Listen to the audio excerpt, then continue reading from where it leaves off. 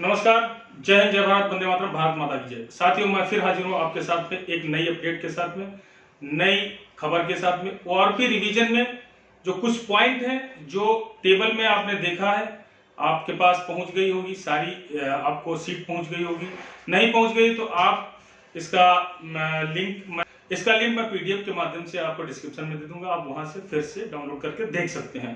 दूसरा, सभी तक पहुंच गई होगी, आपने उसमें पॉइंट पढ़े कि नहीं पढ़े अब वो मायने नहीं रखता है, और मायने रखता है कि आपको पढ़ना चाहिए, उसमें देखना चाहिए। तो कुछ महत्वपूर्ण बातें हैं इसमें, कुछ पॉइंट हैं, इन पॉइंटों को मैंने बताया है, कुछ पॉइंट हैं, इनको कवर करें और इनको बहुत ही अमल करना जरूरी है, जो कि मैंने उसको पूरा रीड किया है। इसमें कुछ पॉइंट निकल के आ रहे हैं। पहला पॉइंट निकल के आता है कि जो माइग्रेट हो गए हैं या नहीं हुए हैं, माइग्रेशन हो गए नहीं हुए, तो वो सबसे मस्त आता है कि आप अपना डाटा करेक्ट करें। डाटा करेक्ट नहीं है तो उस डाटा को करेक्ट करें। डाटा करेक्ट करने के लिए आप अपने रिकॉर्ड ऑफिस से भी संपर्क कर सकते हैं और आप पीसीडीए भी संपर्क कर सकते हैं। और आपके बैंक में जो आपका डाटा जो माइग्रेट नहीं हुए हैं, डाटा जो भी उठाया जा रहा है या तो रिकॉर्ड ऑफिस से लिया जा रहा है, और जो पुराने पेंशनर हैं रिकॉर्ड ऑफिस में वो डाटा अवेलेबल नहीं है, कुछ चीजें अवेलेबल नहीं है, मोबाइल नंबर अवेलेबल नहीं है, या जो समथिंग कुछ भी चीजें हैं, कुछ ऐसी चीजें जो पुरानी चीजें नहीं होती थी, वो सारी चीजें बैंक में अवेलेबल। तो बैंक में जो भी डाटा आपका है वो सारा अपने बैंक अकाउंट में जिसमें आपकी पेंशन आती है उस सारे डाटा को करेक्ट करें, चेक करें कि कोई भी मिस्टेक ना हो। आपके पीपीओ जो पुराना है उससे कोई कंपेयर करें, आपने डाटा जो आपने आधार कार्ड लगाया है उसमें कोई गड़बड़ी ना हो, वो सारी चीजें आपको देखना है। दूसरा है, लाइफ सर्टिफिकेट सबमिट कर दिया है या नहीं किया है। अगर कर दिया है तो उसको आप चेक करें कि वो सही किया है, कहीं ऐसा तो नहीं आप माइग्रेट नहीं हुए हैं, आपने माइग्रेशन में आपने कर दिया है, अब माइग्रेशन हो गए हैं तो आपने पुराने तरीके से कर दिया है, ये चीजें चेक करना है आपको।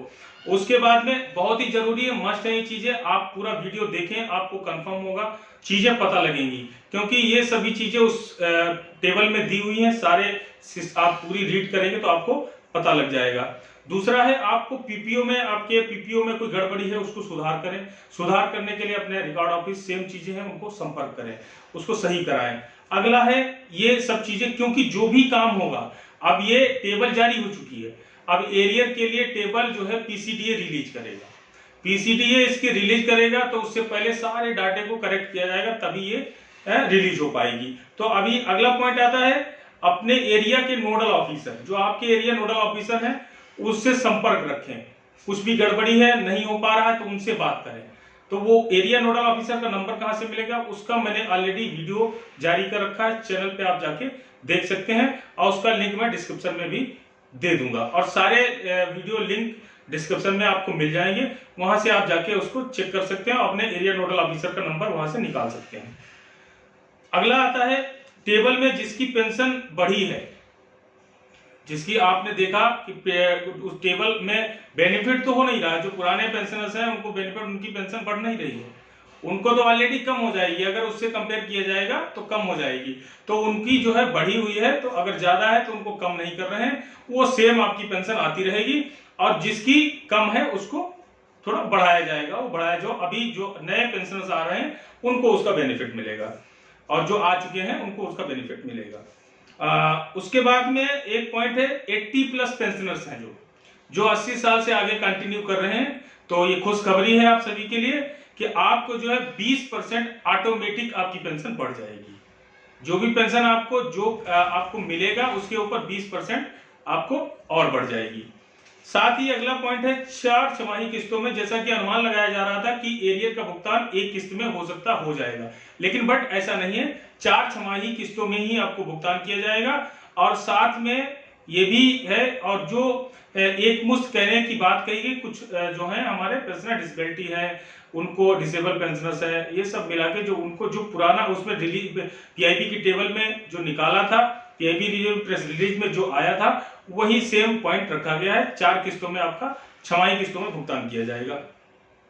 और उसके बाद में आता है अगला पॉइंट है, पीसीडीए एरिया टेबल जल्द ही जारी करेगा।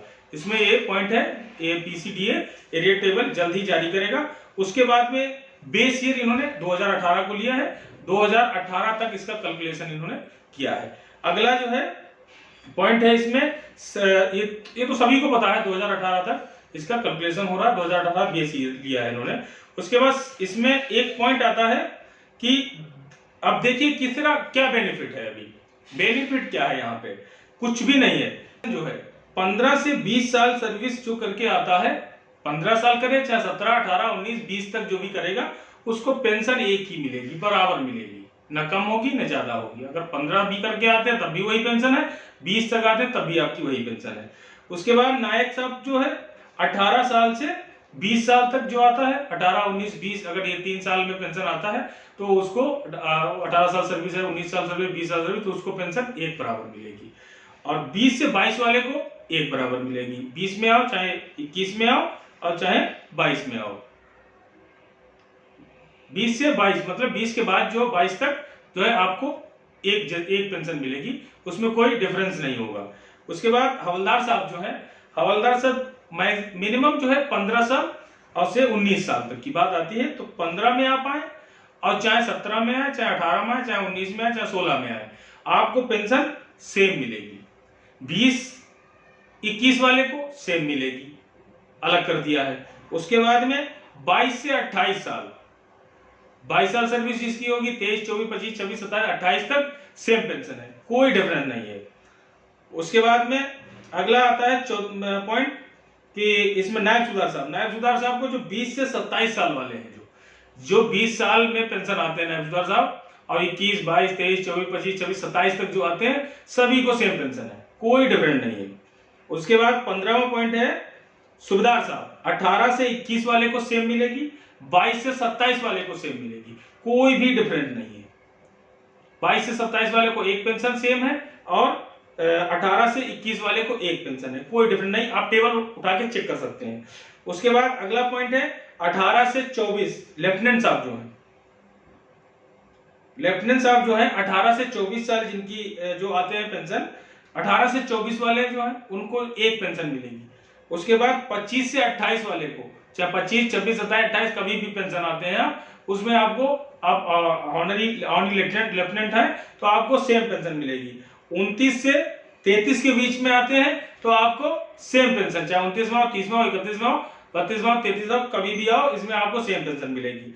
उसके बाद आते हैं कैप्टन साहब, कैप्टन साहब को जो है, जो हानि कैप्टन साहब है, उनको 18 से 21 सेम पेंशन है, 25 से 28 सेम पेंशन है। अब 21 से 24 वाले बीच में जो बचे, इनमें थोड़ा सा डिफरेंस कर दिया है। 25 से 28 में जो आते हैं, 25 में आप हैं और 25, 26, 27, 28 में आते हैं तो आपको सेम पेंशन मिलती है।